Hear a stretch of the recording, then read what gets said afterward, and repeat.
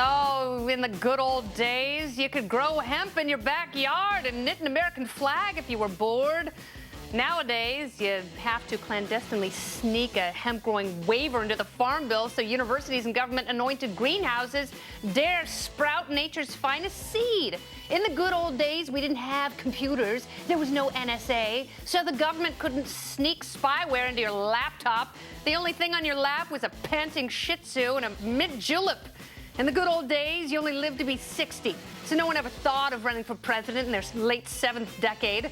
Is Hillary too old to run? Should she retire to a hemp farm and find contentment in petting her Shih Tzu? We'll answer questions like these and many more tonight, right here. This is The Independence.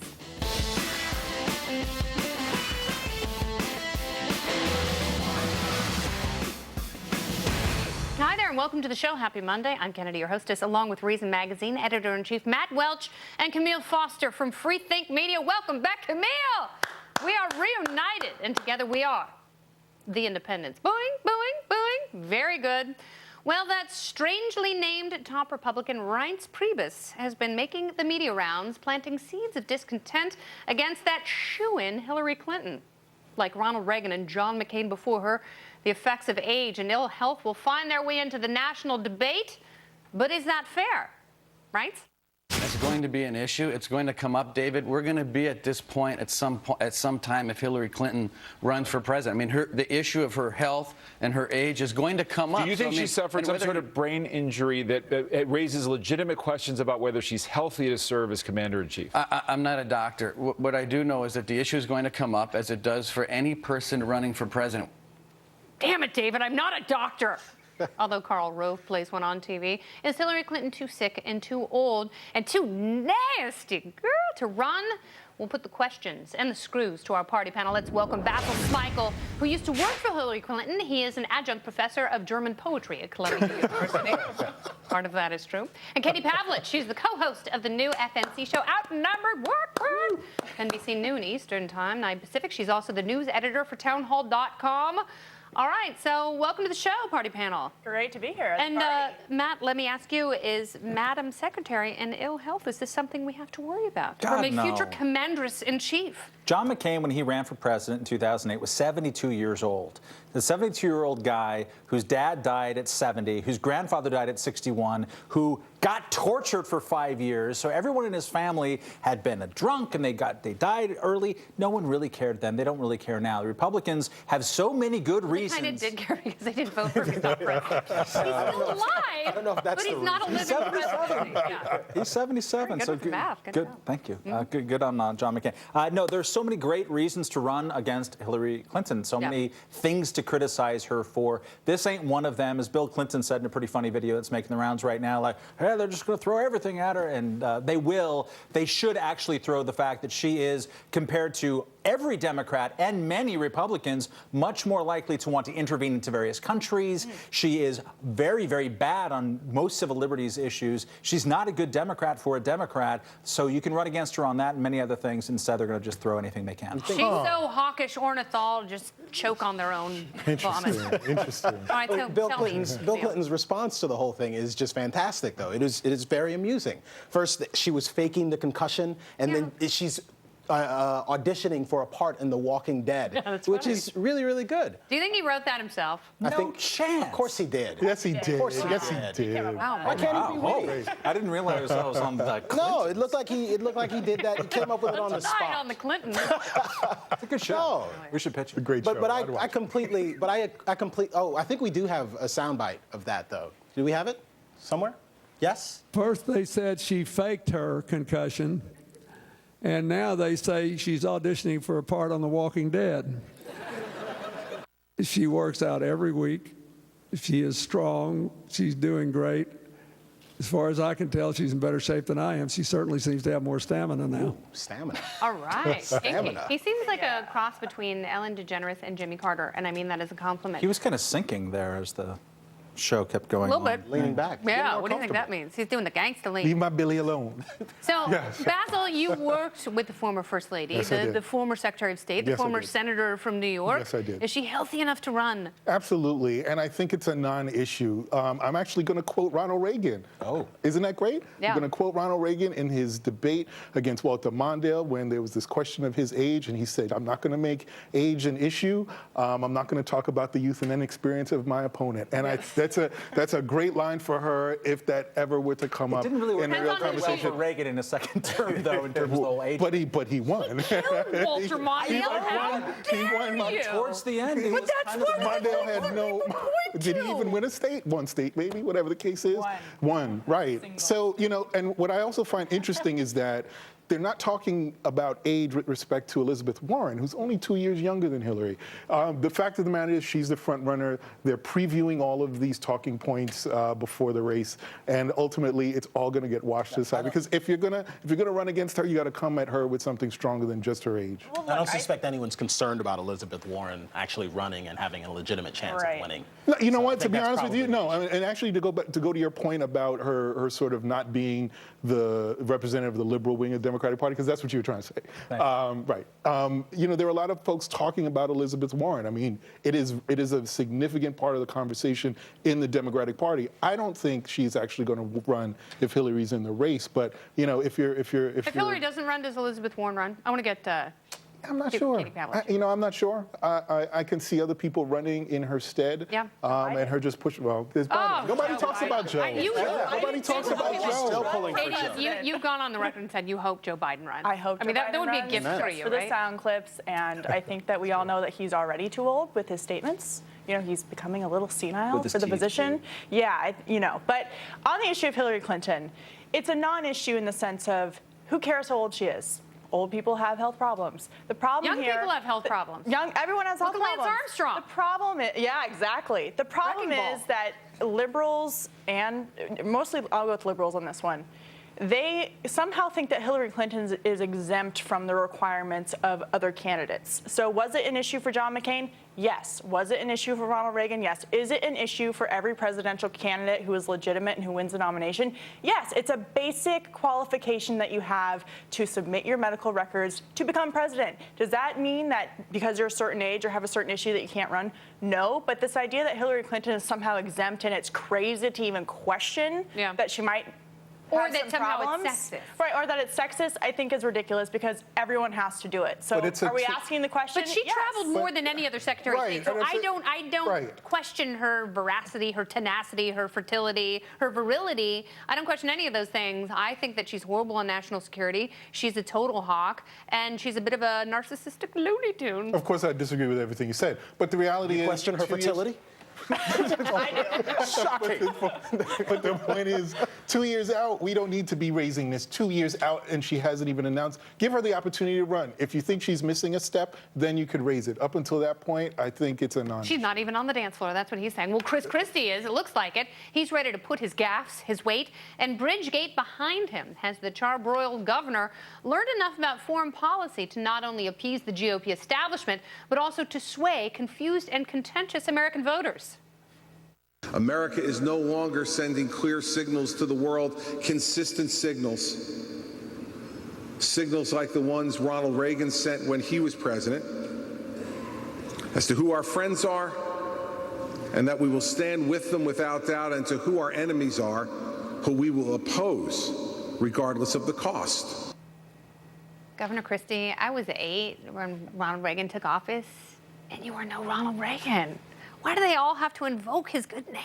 He's the last one that everyone loves, or Okay. at least that every Republican loves. What does Chris Christie have to do in terms of foreign policy to become the establishment candidate? Is it to show that he knows nothing so the controllers can ultimately craft foreign policy for him, or that somehow he's now a well-versed genius? Yes is the answer to both questions. Henry Kissinger had an incredible quote in a book called Collision that came out in 2012. They were trying to get Chris Christie to run back then because they felt like Mitt Romney was not a sufficiently good establishment candidate. Chris Christie told Henry Kissinger, I don't know anything about foreign policy. I'm the governor of New Jersey, for crying out loud.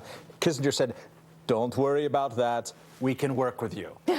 So yes, he needs to signal. I mean, he's an establishment candidate, just like Jeb Bush. They are competing for the same little spot. And so what he needs to do is say, I am sufficiently hawkish, period, even though I don't really know what I'm talking about. And that is what people think right now you have to do to win the Republican nomination, which says a lot and not a lot good about the Republican Party. It's kind of scary. I mean, it's a scary time for people to be circling the carcasses. Incredibly scary. And when I hear him talk about red lines and how you have to back this up, I'm thinking about him and John McCain last week, who was talking about going into Nigeria. He doesn't have to wait for a call from anyone. Just dispatch special forces. He'll fix all of these problems. If we had President Christie instead of President Obama, there's some chance that we might actually be embroiled in a conflict in Syria, as well as Libya, as well as potentially continuing to go over this in Iraq and Afghanistan, which is very, very frightening and should frighten anyone who is concerned about how foreign policy has veered so dangerously out of control. Well, it scares me, Katie Pavlich. I mean, what do you have to say about the GOP? Well, I think,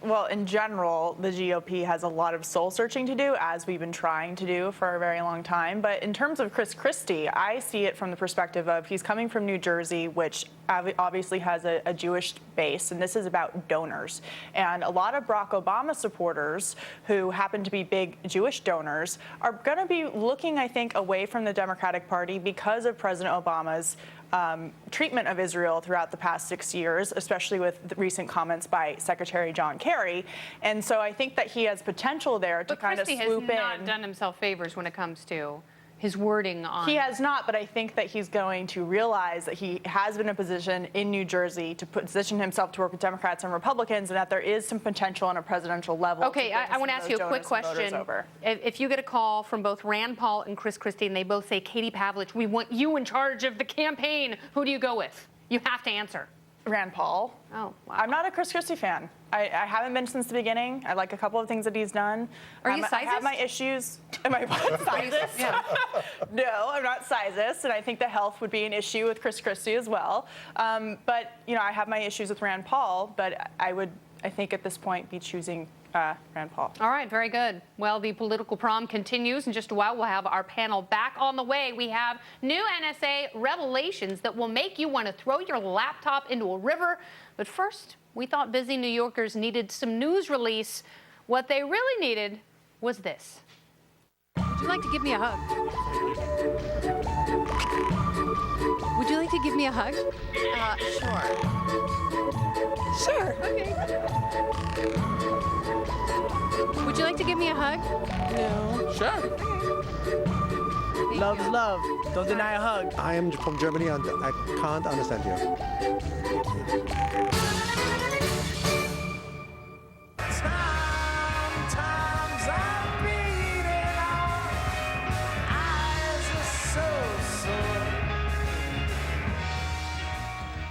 Cisco is not Crisco. It will not make your fried chicken crispy nor your pie crust flaky. Rather, it's a communications company, a networking giant that makes computers that have been tainted with physical software that allows the NSA to spy on you if you have certain Cisco equipment. Cisco CEO John Chambers wrote a strongly worded letter to the president that basically says, hey, Barack, keep your hands off my stuff.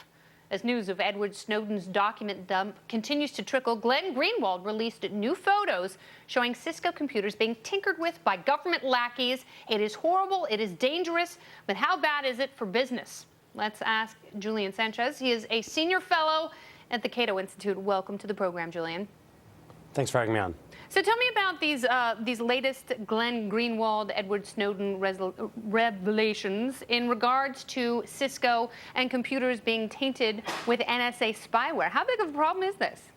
I think it's obviously a massive problem for U.S. companies. As the CEO of Cisco said very bluntly, we can't operate this way.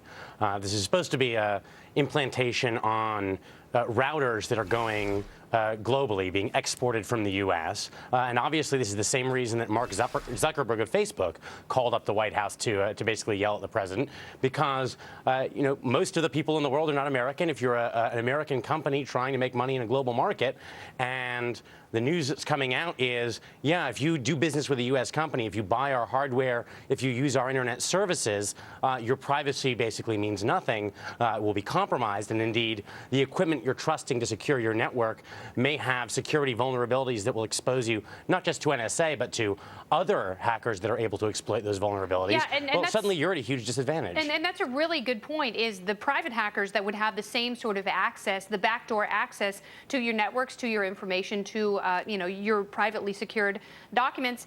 And we all remember the tech summit that was supposed to be about healthcare and big tech giants and CEOs appeasing the American public, when really all they wanted to talk about was the NSA and get assurances that this wasn't going to happen with their hardware and software. So what other companies have been infiltrated by the NSA? And as an Apple user, am I safe? Probably no one is safe. We know that a lot of companies that have been angered by learning that even if they were cooperating in a limited way within the U.S., outside the U.S. or at the border when all bets are off, they were also being compromised in ways they didn't know about. So an NSA program we learned about called Muscular involved tapping the data between the overseas backup data centers that companies like Google and Yahoo maintain to make sure you can access your account sort of wherever you are in the world. This was something that was incredibly angering to them because they thought they had sort of negotiated with NSA, look, we'll give you this kind of data on our customers if you come with a warrant and if you meet these restrictions, and this is the data that we're willing to hand over. Then they discover, well, if the NSA didn't get everything it wanted, it was willing to go through the back door overseas and take as much as it wanted. Julian, broadly speaking, did tech companies act in a timely fashion to go to the White House and say, stop it? Or did they wait until the Edward Snowden revelations gave them a political safe space with which to make these kind of comments? Oh, I mean, it's clear that there are things happening here that the companies had no idea about and wouldn't have wanted to cooperate in. But it's certainly also true that they got a lot louder after that, and that only makes sense. When everything is secret, they have no reason to stick their neck out, to draw attention to it, to make people think, well, your privacy might not be safe with this company that's speaking up about NSA and trying to raise the alarm about it, that in a way is only harming them. Once this comes into the light of day, the political incentives change very radically, which is why in the last year since those first Snowden revelations, we've seen major companies banding together and pouring a huge amount of resources into the push for greater transparency and reform of surveillance authorities. Well, Julian, we've got all of 10 seconds left here. How much more disconcerting are the revelations about the routers versus the spyware that we heard about before? Is this something that we should be more concerned about?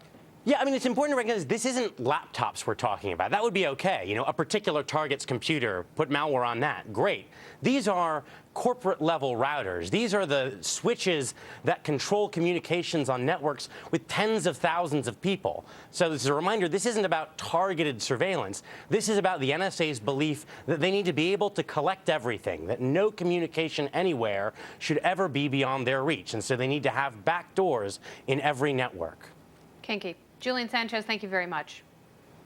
My pleasure. Very good. All right, well, New York City Mayor Bill de Blasio has spent today defending his wife against some pretty harsh comments she made about motherhood. All this while her daughter struggles with mental health and addiction issues.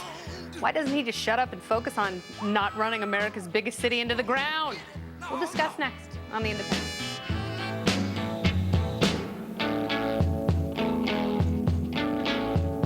We got to bring it on down. I'm showing up. How dare you? How are you now anyway? How dare you? Watching you, Foster. New York City's First Lady Chirlane McCray admitted she pretty much hated being a mom after her daughter was born. She told New York Magazine, "The truth is, I could not spend every day with her. I didn't want to do that. I looked for all kinds of reasons not to do it." Wow. She said she was 40 years old. She had a life. And she was basically one of these people who admitted to having a child reluctantly, I don't know, out of some strange obligation. So why have a child at all? Not every revelation is positive. And sometimes when you lay your cards on the table, all you're showing is a losing hand. The de Blasio's daughter has admitted to substance abuse and mental health problems, and this admission does little more than highlight the inner musings of a bad person. The act of admission does not diminish the sad facts. kind of an overshare. So how is this different than a woman who's admitted that she has suffered from postpartum depression? I think it's very different. It's completely different. One thing is to say, you know, I suffered from depression. A lot of people go through this, tons of people, and they should talk about it and give commiseration to one another over this because it's a real thing. You don't have to actually single out your daughter for this. I didn't want to be around her. Yeah. This is a girl. And somehow being the cause of your distress. I mean, when you're a parent, you choose to be a parent in most cases. It's a blessed, difficult, wonderful event. No matter how old you are. No matter how old you are. And for crying out loud, it's about the kid. It's not about you. This interview is about her, ultimately. But she's grappling with something, I guess, in a very public way. She's talking about the fact that she had a career, she wanted to pursue her career, and maybe there was a little bit of resentment there. I don't even know that she used the word, but I think what the de Blasios were outraged about was the headline that said, "Bad mom." I was a bad mom, in quotes, which she didn't say. Was it in actual quotes? I don't know. No, I think it wasn't in actual quotes. It's a New York City tabloid. It's going to be like that. If you're going to be giving interviews to the New York press in general, especially if it's tabloid newspaper, in this case, the New York Magazine, but the tabloid's going to pick it up, it's going to be hardball. It's like when you play for a baseball team in New York or basketball team, you're going to get roughed around the edges. So when you do that, be a little bit cognizant that that's your daughter. That's a human being. Don't make it about her. If you have an issue about your career and your life, everybody has an issue. It's really hard out there. But for crying out loud, don't make it about your daughter. And don't add kerosene to the already hot burning mommy wars. You know, it's hard enough being a mom whether or not you work or you don't. And there's already, you know, this big false war against women who choose to stay in the workplace and women who choose to stay at home. And I think, you know, her comments are very incendiary. And they are very insensitive, actually. And I don't want to hear necessarily too much more about her parenting. I want to hear about potholes outside of 47th Street. And why are the subways so slow? Bill de Blasio. F-train. Why don't you worry about that? Because we're not really interested in the shortcomings of your family. Very good. All right, well, speaking of having babies, we'll talk about one woman who wants to have them until her uterus falls out. The topical storm is next.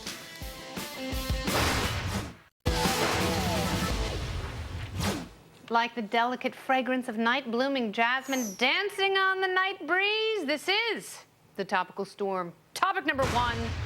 Tara is a normal 37-year-old mom. She loves her kids. She has 4 of them, but she's had 7 babies. She's a surrogate.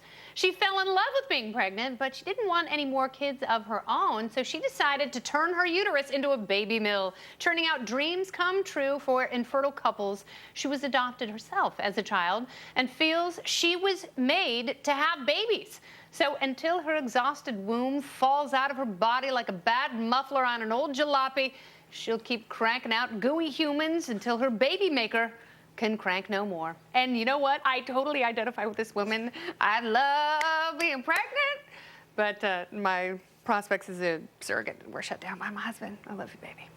This is a good reminder that part of freedom is not necessarily being super stoked about everybody's choices and everything like that. Like, people are going to do what they're going to do. It's fine for her. I'm sad that she says, when I'm not pregnant, I feel empty and only a baby can fill that void, because that sounds kind of sad. But beyond that, it is sad, but think of the happiness that she's bringing to so many people. And she gets to have that feeling over and over and over again without sending those souls to college.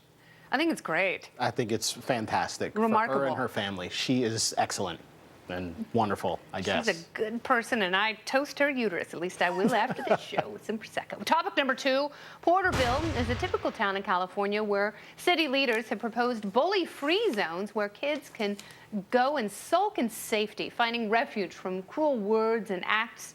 Mayor Cameron Hamilton is against bullying, but he thinks you shouldn't blame the world's problems on it. He thinks some bullied kids need to, quote, grow a pair and deal with the harassment instead of shrinking from it. I'm against bullying, but I'm getting damn tired of it being used as a mantra for everything, and it ills the world when all most people have to do is grow a pair and stick up for them damn selves. Oh, what she was trying to say, that was City Councilman Virginia Gorilla. She was trying to respond. She takes full issue with the mayor's word choice. She says, it's hard to grow a pair when you're a 10-year-old girl. Sing it, sister. Tough. I think Goose Gossage has really fallen so low since his career with the Yankees. Kind of maybe sort of the right message beyond the grow a pair part. Wrong messenger. It's not something that a public official should be talking about. For crying out loud. Yeah, they just need to grow a pair. Well, should public officials be creating bully-free zones, Camille Foster? I don't think so, no. But can I just comment on his gold medal winning facial hair? Yeah. That is awesome. Right. Well, he certainly made the I podium. want to do that. You're absolutely right about that. Topic number 3, and you shall by the end of the show. Michael Jackson is alive! No need to hide the kids just yet. It was a hologram a la Tupac they rolled out at last night's Billboard Music Awards. The eerie image had some in the audience weeping, while others were creeping. They were downright creeped out. I think the dancing Jacko will make a fine centerpiece for a future Vegas show, as the convincing hologram requires no round-the-clock doc feeding a propofol and other narcotorious delights. I think they'll make the whole thing into a strip-ready show by next summer. Mark my words. Wow. Michael Jackson. It's There he impressive. is, dancing and grabbing. Were you moved? Was that a little tear I see in the corner of your eye, Matt? Well, So how did they get the lip sync stuff? I mean, this is like an off track from You know a how they did it? 1991 record that no one listened magnets. It's the song choice that's really strange. This to is me.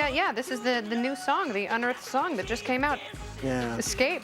Bring me a classic. Slave to the Rhythm. Bring me a classic. His posthumous album is called The Girl Is Mine. Escape. No, Human Pretty young Nature. thing. Escape. I want to love you. That's good. Camille Foster. Topic number 4. Remember the centerpiece for President Obama's scathing attacks on Mitt Romney as a vampirical corporatist who traveled the country with a dog strapped to the top of his car? Bain Capital was enemy number 1. And now the president has shared some time on the links with the lobbying firm who represents Bain. The president hit it with Joe O'Neill. He's the president of public strategies in Washington, D.C., and Bain is their number 1 client.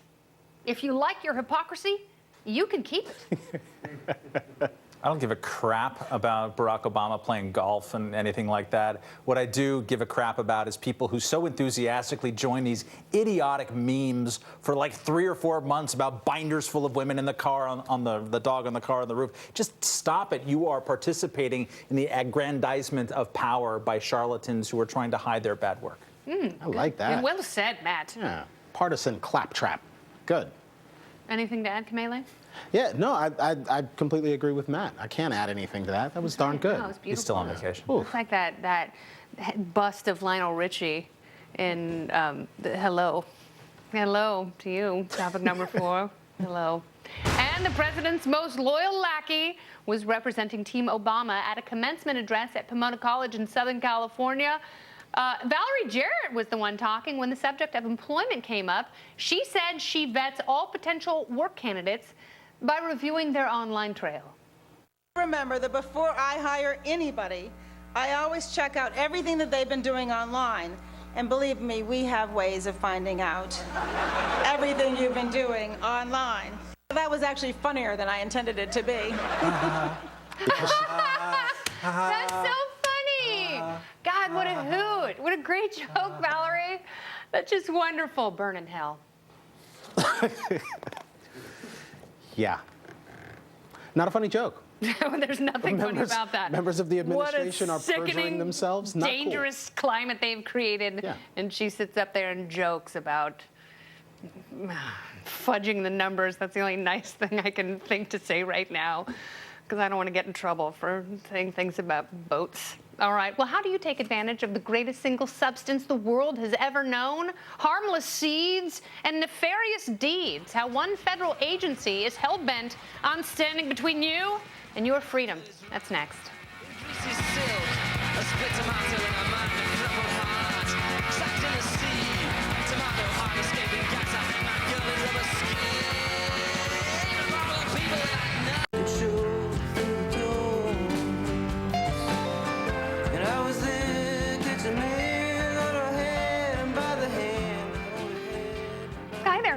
In June of last year, some enterprising congressmen got together and inserted some hemp legalization language into the Porky Farm Bill so universities and specially sanctioned farmers could participate in a little legal hemp growing. Hemp is the non-drug relative of marijuana whose impressive history could fill textbooks with its early American roots. Hemp has been demonized when it should be explored and exploited, and now the DEA is trying to stand in the way of some good old-fashioned agricultural research.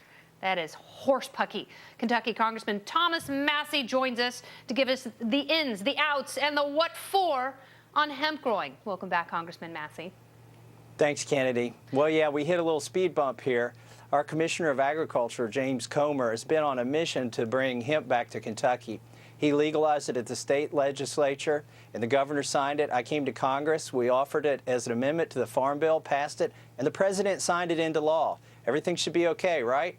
But then our commissioner gets his seed shipment in Kentucky. It makes it through customs, comes to Kentucky, and guess what? The DEA confiscates it. And they wouldn't give him the seeds that we're supposed to use to plant this hemp in Kentucky. Completely legal. So what's he do? He has to sue the federal government to get his seeds back. They're still not cooperating very well. We thought we had an agreement where he would sign some import-export permit, you know, make them happy. But now they're asking to see where he's going to store the seeds. And so isn't the DEA trying to get you to admit that this is a controlled substance up there with, I don't know, marijuana and heroin and methamphetamine, that somehow hemp, which is the part of the plant that is not imbued with THC, and it's not dangerous. I mean, it literally is one of the most functional pieces of agriculture, but they're trying to get you and hemp farmers to admit that it's a drug when it isn't. Look, I'm going to eat some hemp seeds right here in my hemp bar. I'm going to be fine. I'll be able to complete the segment. This is rope, not dope. It's food. It's oil. Look, it's not psychoactive. And here's the thing: the DEA keeps moving the goalpost. So our Commissioner of Agriculture, James Comer, he's now asking them, look, what statute are you relying on to regulate hemp out of existence in Kentucky when?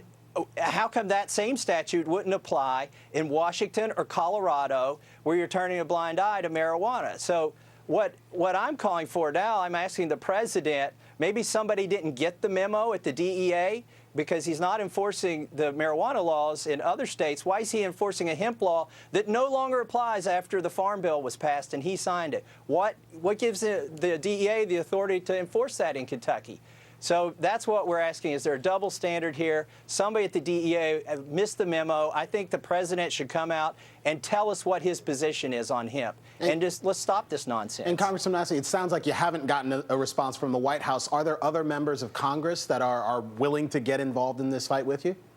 Well, absolutely. You know, Jared Polis from Colorado and Earl Blumenauer, those are both Democrats who co-sponsored this hemp amendment with me. And now we have the DEA telling us what the hemp amendment means, what the statute means. We wrote it. Yeah. We're still here. We're not the founding fathers. We're still alive, and we're trying to tell them what it means. And it means get out of Kentucky, let us grow our hemp. You should be at the borders. You know, there were probably a couple tons of heroin and cocaine came across the borders while you were infatuated with our 250 pounds of hemp seeds, you know. I know, and that's ridiculous. And by the way, why don't you look to some of your counterparts in other agricultural states like Indiana and Ohio and Nebraska and Missouri and other places where hemp could flourish. It could feed small farmers. It could go into my smoothie like it does every day because hemp protein is way better than soy protein. It's better than whey. It is a complete protein. It's great for the brain, high in fiber, and it's really awesome. I can't speak highly enough for it. Thank you very much, Congressman. Thank you very much, Kennedy. And he is not stoned to the bejesus belt, believe you me. All right, coming up, is it too crass to sell trinkets at the 9/11 Museum? And what is the real story behind the Beverly Hills hotel boycott? Is it all about Sharia law, or is there something more to the story that might surprise you? Yes, find out next.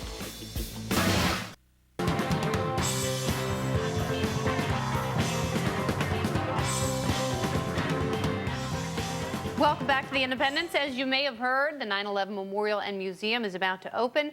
Controversy has exploded over a gift shop included at the site. We ask, is it tasteless for swag and memorabilia to be sold so close to such hallowed ground? Let's find out. Our panel is back, Basil and Katie. So what do you think, guys? Is it tacky to be selling trinkets at the 9/11 museum? Yeah, there's something a bit untoward about it. I mean, look, when I worked for Hillary, I worked with a lot of these, with a lot of the families of the victims. This is still such a raw issue for them. I understand the museum aspect of it, but this is also a gravesite. And if you're going to do something where you're selling this kind of paraphernalia or memorabilia, take it away from the site. Don't do it right there. But there are other sites that are dedicated to victims and have gift shops, including some concentration camps, including in Oklahoma City. You know what? I understand that. Look, even some months ago, I went to the King Center in Atlanta. King and Coretta Scott are there, and they sell memorabilia in the shop. But I think in this specific case, the families are still very active. Yes. It's still a very difficult issue for them, and I think just to respect that aspect of it, at least for a period of time, I take it don't offside. understand. I mean, it seems a little irrational to me that commerce is somehow disrespectful, especially when the commerce is directly going to support the museum, like the $25 or $35, I think it is, admission fee that adults have to pay to enter the museum. Families get in free, so maybe families get some sort of free. But they were still they were protesting that too. But remember, they were protesting that too, and they protested building office buildings on that site as well. It's like the office building that's right next door. No, absolutely, they were against that too. So I mean, again, it's still just such a raw issue for them. What do you think? Let's get Katie in here. I certainly default to the 9/11 family members, and I don't want to take away anything from what they've said and how they feel about the issue. Looking at all of the other sites that we have in this country that do sell souvenirs, Arlington Cemetery is one of them, as you mentioned, Oklahoma City. In the case of 9/11 Memorial Museum, it seems like it's not necessarily the issue of selling things, it's what they're selling. So kind of fake or cheap toys and keychains and baseball hats. It's instead of maybe some memorabilia, books, or something more serious. And I think that they maybe didn't put so much thought into the kinds of things they were selling, and they're selling cheap things, which kind of cheapens the mood.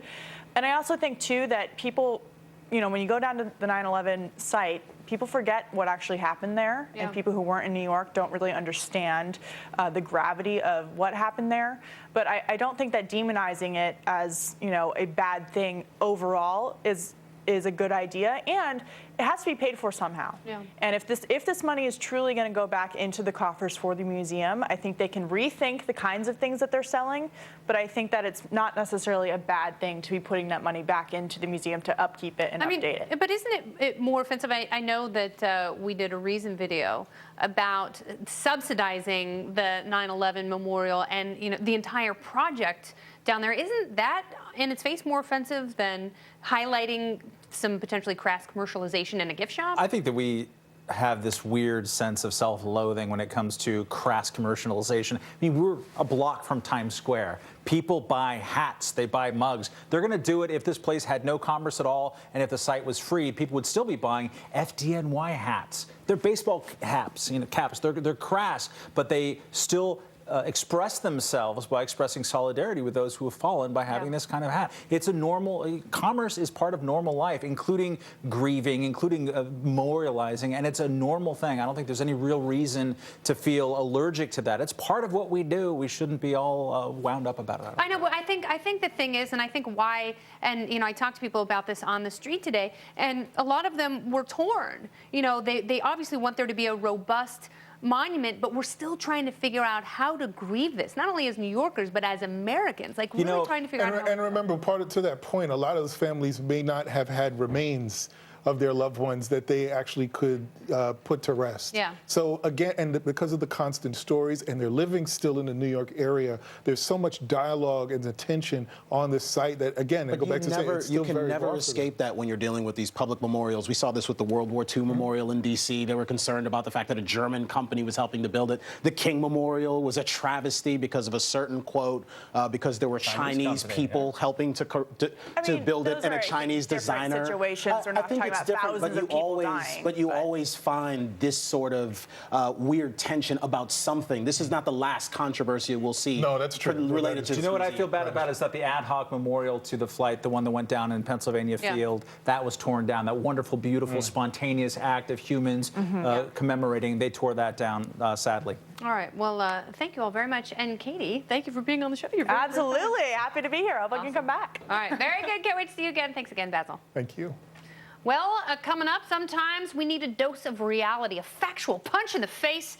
And there's only one thing that can cure what ails us, and that is the fist of Matt Welch. Feel it next.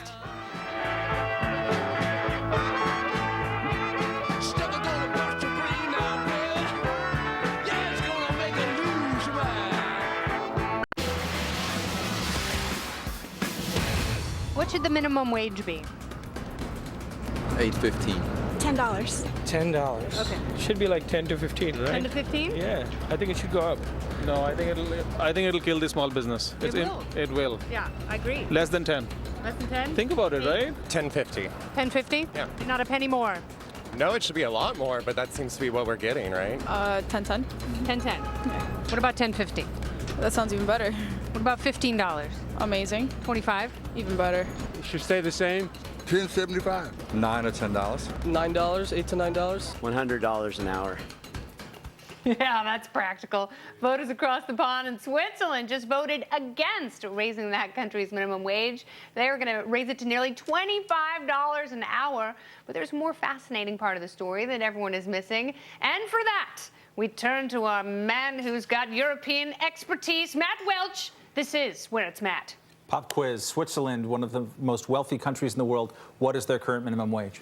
They pay people in army knives. $0. Zero. It doesn't exist. They don't have a minimum wage. Here's a country that has top 3 highest median per capita income, 3.2% unemployment, Well done. a median wage of $37 an hour. They have a balanced budget every year.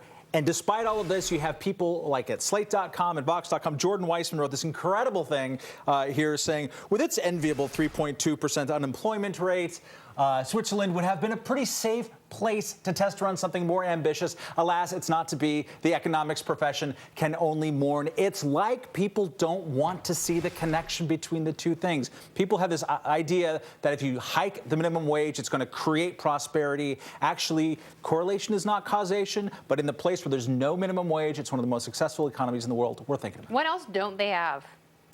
Like an army?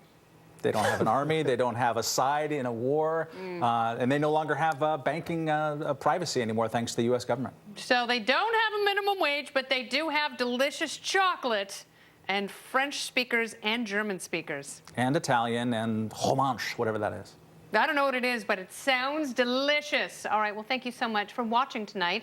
We invite you to go to our webpage right now. If you haven't done it, you have to join us for the Independence After Hours. After Hours. Yes. Here's the website you can go to this minute, foxbusiness.com/The Independent. So if you are handy with your computer or tablet device, you can still watch your friend Dobbs and get a hit of the after show all at the same time. We love technology. For Matt Welch and Camille Foster, I'm Kennedy, wishing you a very safe, pleasant, beautiful good night.